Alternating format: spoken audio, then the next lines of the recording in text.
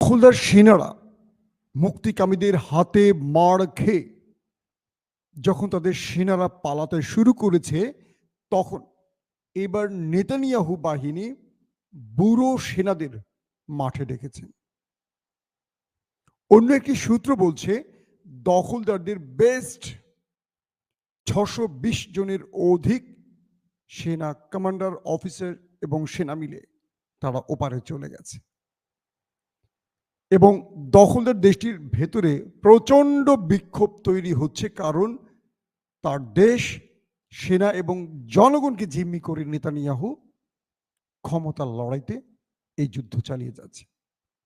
এবং রাফা ও গাজাতে পুরো রাত ধরে ব্যাপক অ্যাটাক হয়েছে দুপক্ষের মধ্যে।